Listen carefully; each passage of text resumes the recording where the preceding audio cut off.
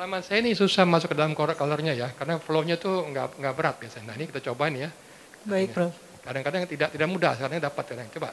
Yang lainnya mana RCA? Nah ini masuk ke color ya. Ya, RCA-nya Masuk color sedikit di sini ya, tapi nggak terlalu masuk ke dalam betul-betul ya. Karena ini flow-nya rendah biasanya. Nah pada fase mana kita ukur ini koroner ini? Diastolik atau sistolik? Harusnya kita taruh ECG ya di sini. Kita bisa ngukur pada fase diastolik.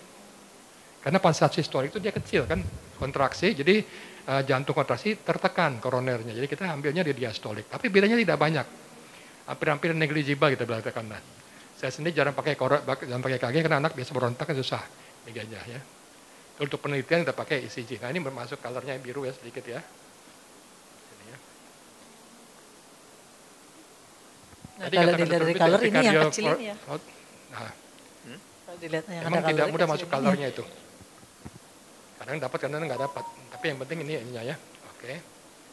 Mungkin teman-teman ada pertanyaan sambil-sambil. Ada pertanyaan, teman sejawat? Dokter Ria, Dokter Ebi? Apa? Posisi Prof katanya Prof. Jadi Mohon parastenal pencerahan, ya. Prof. Ini parastenal ya, short axis ya, parastenal seperti biasa. Parastenal short. Nah ini kita lihat lagi ya di sini bagaimana cabangnya ya. Ini LMCA ya. Ini LCX, ini LAD terus panjang. Dua cabang ini sebenarnya gitu ya. Nah kita sekarang tadi kita ke RCA sekarang. RCA-nya ini kalau tidak membesar lebih sulit, kalau besar lebih gampang ke aneurisma ya. Nah ini prinsipnya di sini ya. Ini ada dua sini, ada RCA hati-hati karena ada vena, ada arteri di situ koronernya. Perhatikan dindingnya, tebalnya, kalau ke atas. Nah ini RCA yang ke atas ya. Nah ini RCA itu sudah ikuti sampai ke atas. Terus ini ya, terus. Nah. Oh yang itu ya Prof, tak Ya, pikir yang RCA. itu Prof, yang ke kiri itu. RCA. Ada ke kiri juga, ini tergantung view-nya, Dr. Ruby. Nah, kita lihat di sini. Nah, ini. Dapatnya ke atas, kalau ikutin ke atas, nah ini, sampai ke distal. Nah, ini kita ikutin terus sampai ke distal. Ini ini RCA di sini ya. Terus gitu ya. Arsenal short axis tetap ya. Nah, sekarang kita ke four chamber.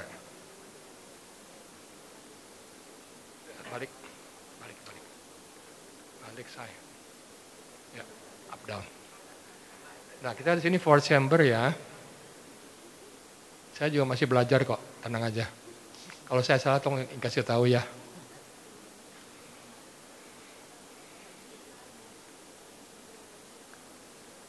Nah, kita bisa ambil di sini ya. Four chamber, kita ambil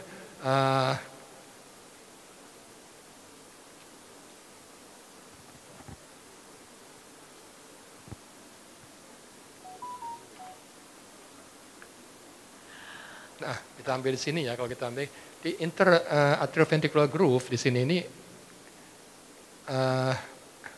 koroner kanan ya, tapi nggak kelihatan, nah kelihatan kecil nih di sini. Ini RCA nih. Oh, kok nggak mau? Kenapa? Nah, ini koroner kanan ya, karena dia kecil nggak kelihatan nih. Ini atrium kanan, ventricle kanan, left ventricle, left atrium ya. Ini jelas. Kalau di aneurisma lebih jelas ya. Ini karena ada aneurisma nggak terlalu kelihatan ya. Nah, ini kelihatan kan, dia ada lumennya ya, ada lumennya tuh. Di sini kita akan dapat satu lagi four chamber.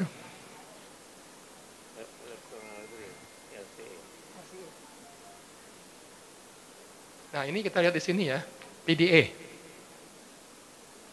Ada PDA-nya, PDA, bukan PDA itu ya. Nah ini kita lihat di sini, kita bisa mendapatkan PDA ya, ini posterior descending artery. Ya, jalan di sini. Dia antara interventricular groove ya di sini. Ini RCA di sini ya, RCA terus dia turun begini ya di groove itu. Nah, ini terus di sini ya. Kalau di sini kita akan cari LCX di sini. Ada satu lagi LAD di sini juga, tapi LAD nggak turun di sini. Jadi kita saya anatominya dulu ya untuk koronernya, kemana dia lari jalan, baru kita bisa lebih mudah untuk mempelajari ya.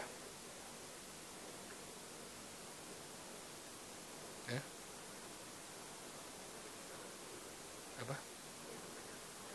Lebih detail coba. Nah ini kita bisa lihat di sini, tapi terpotong sebagian ya. Ini LCX nih, left circumflex.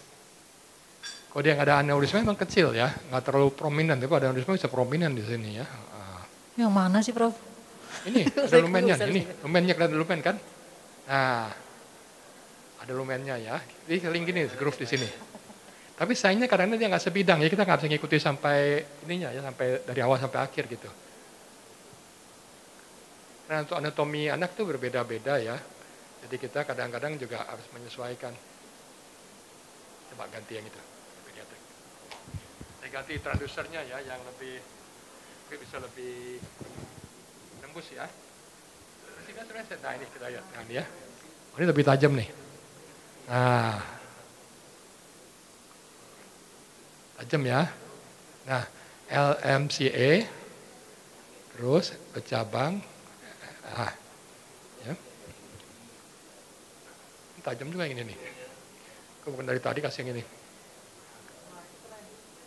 Ini mana gedenya? Kok gedenya mana gedenya? Depth-nya mana depth? Oh, di sini pantas. Ya. Nah, ini teman-teman sekalian, kita lihat di sini ya, lebih jelas ya kabarnya ya. Dari LMCA. Nah, ini jelas ya. Ini LMCA di sini ya. Osteumnya MS ukur di sini. Ini LCX ke bawah ya, jelas ya. Kalau kurang jelas tolong kasih tahu saya. Ini LAD di sini. Anterior descending ya. Ini terus cabangnya LAD. Kita harus bisa ikutin sedistal mungkin. Harus diusahakan ya. Ini cabang dari LAD juga di sini ya. Anterior descending. Nah, kita cari lagi sampai distal. Nah ini lebih distal lagi, kita bisa lihat ya terus gitu. Nah ini ya, kita bisa lihat lagi distal ya. Jadi saya ulangi lagi, aorta, LMCA ukurnya di tengah sini, LCX ukurnya agak masuk segini-gini, LAD ukurnya di sini sebelum percabangan dan sudah percabangan ya di sini ya, kira-kira di sini ukurnya ya. Itu. Ukurnya selalu harus dari in to in ya, in to in maksudnya dari dalam ya, sampai ke dalam lagi. Jangan ukurnya dari luar ke luar sini, jadi dapatnya salah ya. Ada pertanyaan mungkin teman-teman yang belum jelas?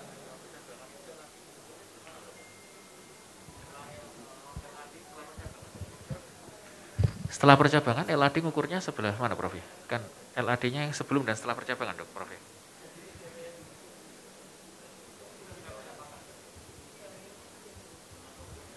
Ya, paham ya maksudnya gini ya. Ukurnya di sini. Ini kan percabangan, yang ukur di sini dapatnya gede. Ini di sini ya. Sini, sebelum cabangan lagi gitu. Before and after the branching ya. Nah, oke ya. Nah sekarang kita cari yang RCA lagi.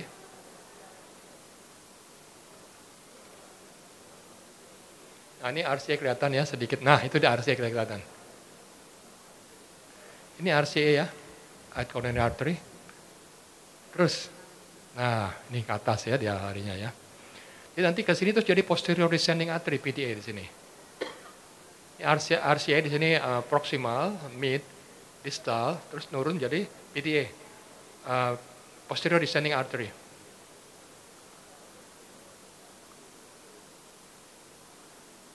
Turun dari bawah lagi kita ambil. Nah ini saya kasih ada vena juga di sini, kita mesti bedakan ya. Nah ini RCA lagi ya. Ini udah cukup distal, kita bisa melihat RCA di sini ya. Aorta, ini RCA terus ini. Di bawahnya ada vena nih. Ini sehingga selalu ukur di sini ya. Tapi vena kenapa dindingnya lebih itu ya. Kalau kita pakai color alirannya beda. Ya. Ini vena kecil, tipis dindingnya. Nggak pernah ada aneurisma di vena. Jadi kalau ada aneurisma pasti bukan vena. Nah, lihat di sini ya. Ini vena di bawah nih ya. Saya kira vena nih katanya nih. Nah, arteri di atas ya. Memang kadang kesulitannya kita tidak bisa melihat semuanya dalam satu view bersama ya. Oke, sekarang kita balik ke fourth chamber ya. Ada yang ingin ditanyakan? Teman-teman sejawat sekalian, Prof. Yang lainnya nyoba. Ali, coba. Kenapa Dr. Marus? Coba. ostium RCA-nya kira-kira bisa Kelihatan. tampak nggak, Prof? Tadi kelihatan tadi. Nanti saya kembali ke sana lagi ya. Nah ini sekarang kita 4 chamber ya, agak tilt ke atas ke arah 5 chamber ya. Kita lihat cari bagaimana.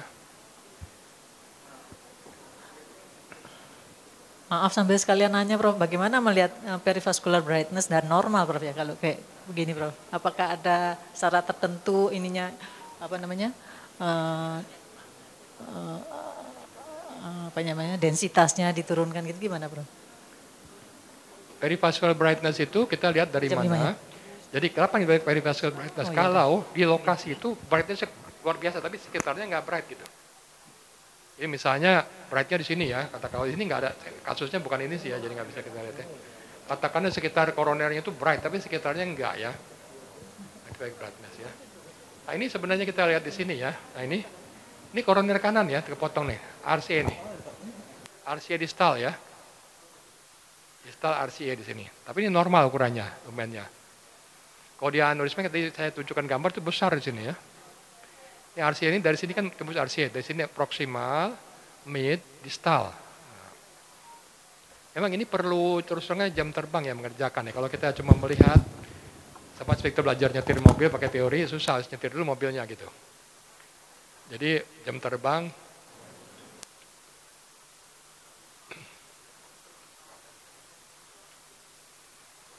Nanya tadi. tadi dulu awalnya sulit sekali mendapatkan gambar-gambar ini. Dulu awalnya susah saya itu. Prof, boleh sambil nanya, Prof? Yes, why not?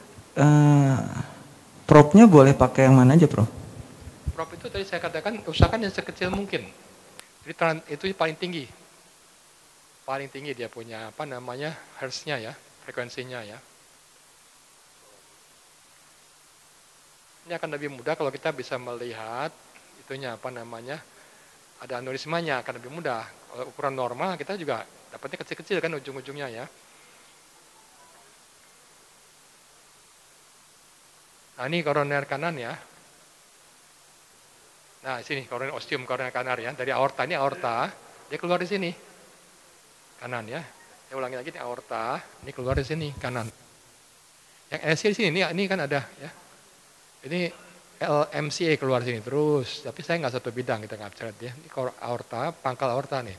R kanan, L kiri keluar di sini ya.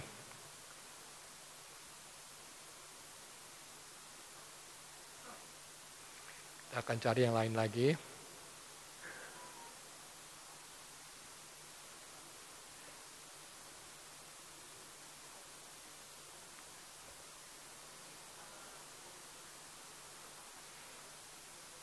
Nah ini di sini masih kelihatan tampak sepotong-sepotong itu ya, tidak semuanya tampak karena ini kecil ya. Ini PDA, posterior descending artery, yang satu biasanya dipotong, ada lagi terus gitu sini ya PDA. Jadi koroner yang kanan, right coronary artery, terus di sini PDA di sini ya. Sekarang kita lihat lagi pada. Ya. Baik, mengingat kita masih ada waktu tidak terlalu banyak, sambil kita mendengarkan penjelasan dari Prof. Najib, kita akan siapkan pasien di meja yang satunya. Jadi teman sejawat yang ingin belajar mengenai vaskular, silahkan dengan Dr. Syahrir. Jadi yang ingin belajar tentang koroner, nanti kita dengan Dr. Prof. Najib. Silahkan panitia, kita siapkan pasien yuk.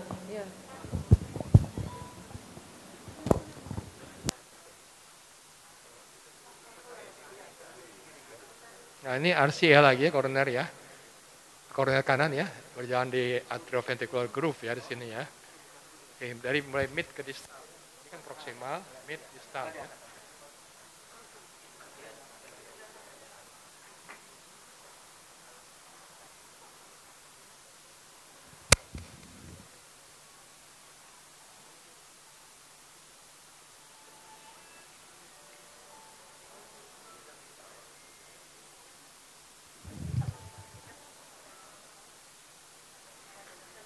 Ini koroner kiri juga ya di bawah di sini ya. Ventricle kiri. Nah ini terus ya. Bagian kelihatan.